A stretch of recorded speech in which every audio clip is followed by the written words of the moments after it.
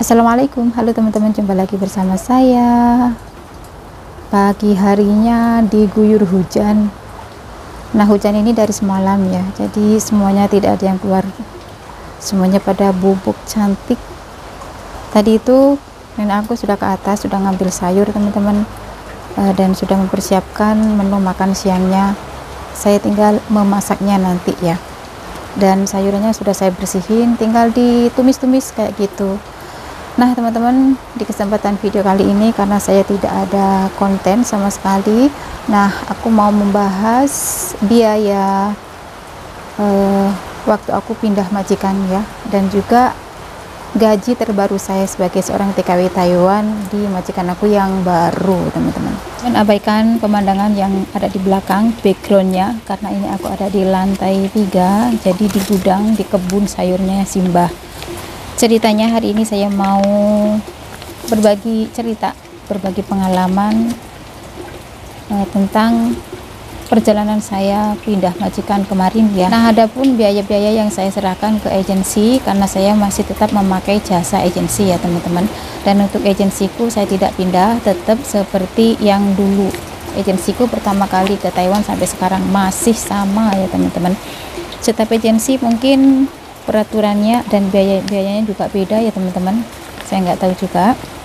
Nah, kemarin waktu aku pindah ke sini saya mendapatkan berkas ini, slip gaji, dan ini ada surat pernyataan yang harus saya tanda tangani, dan ini juga ada surat pernyataan biaya dan gaji warga negara asing yang masuk kerja di Republic of China. Nah, berkas-berkasnya banyak banget. Dan ini juga ada perjanjian kerja antara majikan dengan perawat orang sakit. Kalau dibaca semua ini panjang banget durasinya, jadi nggak akan aku baca ya teman-teman ya.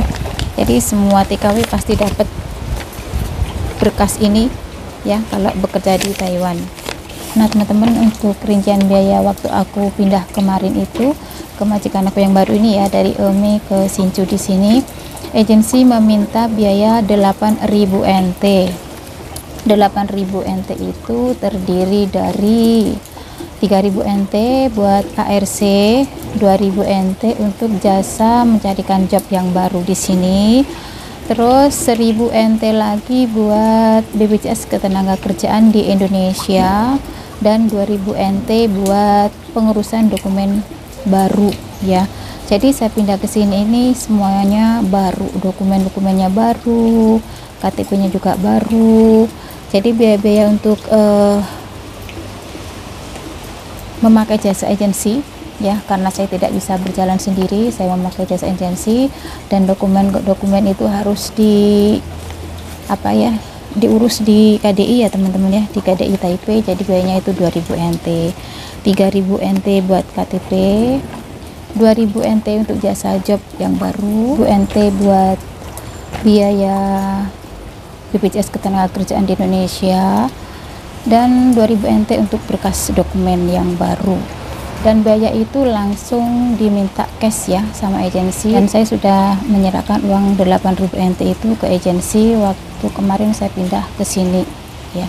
Jadi saya masuk ke sini itu sudah menyerahkan biaya 8.000 NT, sudah tidak ada tanggungan ya. Dan untuk gaji saya, gaji terbaru saya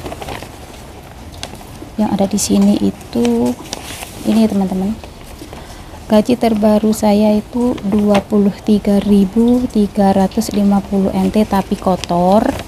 Nah setelah dipotong ini itu tinggal 21.857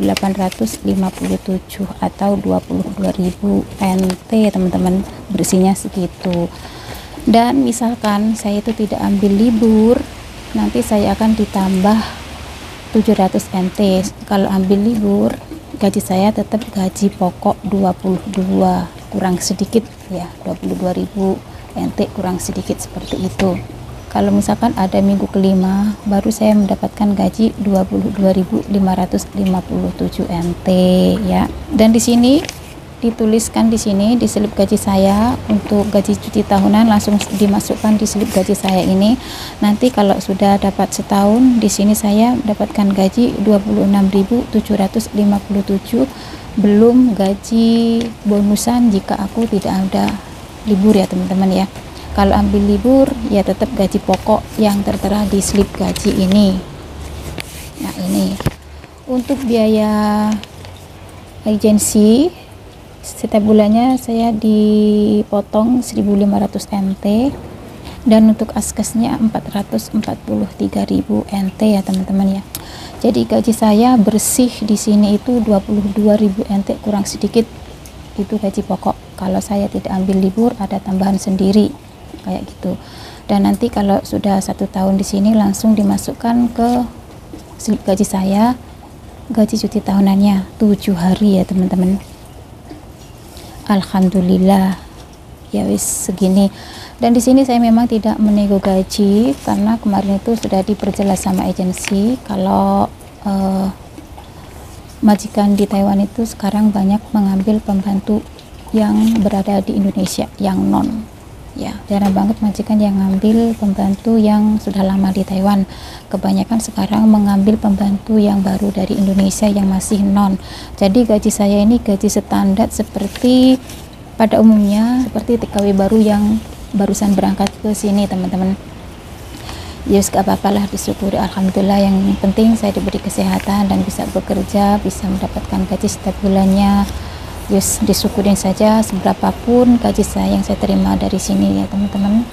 Karena memang apa ya, saya tidak punya keterampilan lebih dan bahasa pun masih belepotan, dan saya tidak begitu menguasai banyak pekerjaan, bahasa pun tidak menguasai semuanya.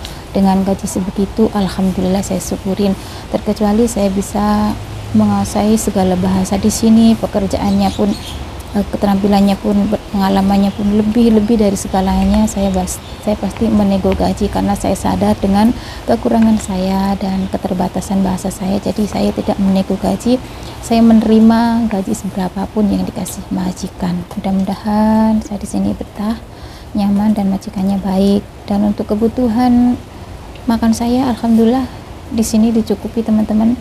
Yang penting menerima, ikhlas nerimo apa yang dikasih majikan di sini. Alhamdulillah. Ya wislah, disyukuri saja seberapapun gaji saya di sini daripada nganggur di Indonesia ya kan. Kayak gitu. Dan kakeknya di sini tuh sabar banget, nurut banget. Apa yang aku omongkan dia pasti nurut gitu. Yang namanya orang tua kalau malam memang jarang tidur itu sudah wajar, sudah lumrah. Jadi saya memakluminya teman-teman, tidak mempermasalahkan masalah itu. Kakekku memang agak sedikit pikun, yang penting apa ya, bisa dikendalikan lah ya. Pikunnya kakek saya itu masih dikategorikan nggak parah teman-teman ya, cuman ya ada pikunnya tapi masih bisa dikendalikan, masih bisa diterima lah. Saya masih mampu untuk menjalani pekerjaan di sini, saya mampu untuk melakukan pekerjaan di sini. Menurut saya sih lebih ringan di sini daripada yang di Emi dulu. Yang di Emi dulu saya harus angkat-angkat bopong setiap hari ya teman-teman ya. Dan alhamdulillah saya di sini pensiun bopong-bopong, pensiun angkat-angkat. Cuman di sini harus masak, walaupun masak nggak banyak, sedikit buat kita bertiga, buat kakek, nenek, dan saya. Nanti kalau ada anaknya yang sini baru saya masak banyak, tapi untuk masaknya sederhana banget teman-teman, nggak ribet, apa ya, sederhana banget. Di sini itu orangnya sederhana, sangat mengerti, sangat menghargai ke pembantu. Mungkin karena mereka di sini masih pertama kali ambil pembantu teman-teman. Dan buat teman-teman yang memberi saran ke saya harus lebih banyak tersenyum, harus luwes. Maafkan saya teman-teman ya, saya memang tidak bisa untuk luwes, dan saya memang tidak bisa untuk selalu tersenyum. Muka saya memang muka judes, muka galak kayak gitu. Jadi ya harap dimaklumi, saya bukan tipe wanita yang lemah lembut, bukan wanita yang murah senyum, bukan. Tapi saya punya tanggung jawab besar terhadap pekerjaan saya. Insya Allah saya akan mengerjakan pekerjaan saya sesuai kemampuan saya, dan saya akan mempertanggungjawabkan semua pekerjaan saya.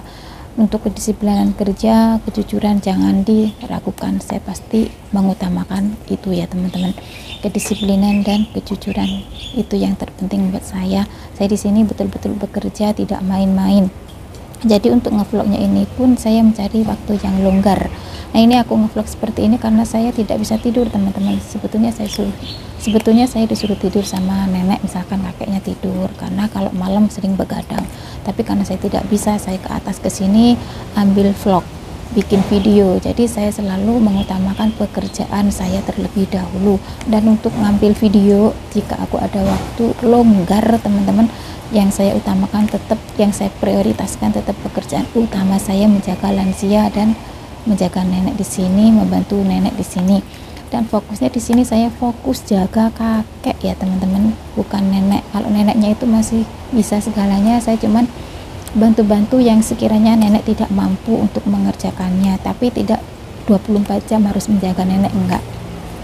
Yang saya jaga itu fokus ke kakeknya saja. Dan untuk bersih-bersih itu pun tidak setiap hari ya, setiap hari.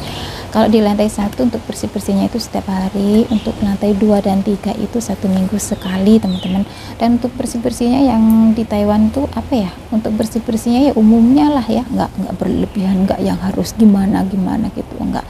Nenek aku nggak dulit teman-teman, yang penting udah kelihatan bersih, rapi ya sudah. Dan untuk barang-barang yang sudah disimpan seperti ini, saya tidak bisa mengambil, saya tidak bisa menyentuhnya atau memindah-mindahkan ya teman-teman ya.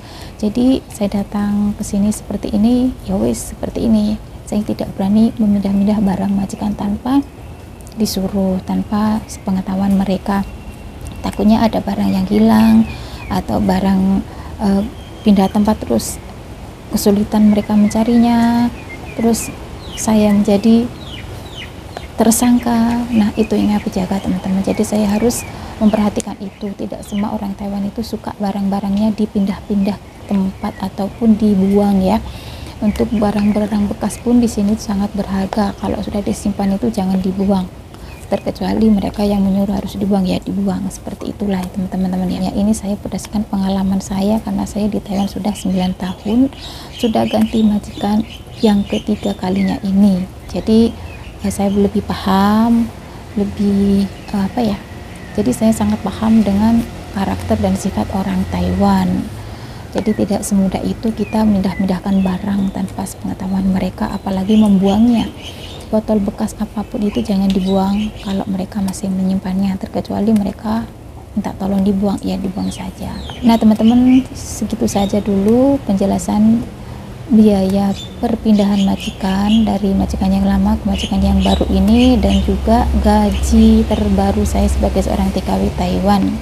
Dan bekas ini saya simpen, ini nanti akan diminta sama Duknaker 1955. Nanti ya Duknaker yang kesini itu Duknaker yang membela para TKW ya.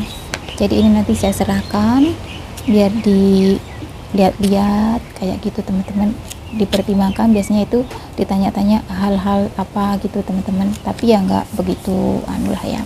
Intinya Duknaker yang akan datang ke sini mencari saya itu yang membela para TKW. Oke teman-teman, jadi videonya untuk kali ini cukup sampai di sini. Sampai jumpa di lain waktu, sampai jumpa di konten berikutnya. Assalamualaikum, bye bye. Nggak ada konten ya wis, menjelaskan gaji saya dan biaya perpindahan majikan. Ada sinar matahari tapi masih hujan. Nah aku mau ke dapur dulu ya teman-teman ya, mau mempersiapkan menu makan siangnya majikan saya. Cerah banget kan, tapi masih hujan. Tadi nenek ngambil sayuran itu teman-teman, ecai udah saya bersihin.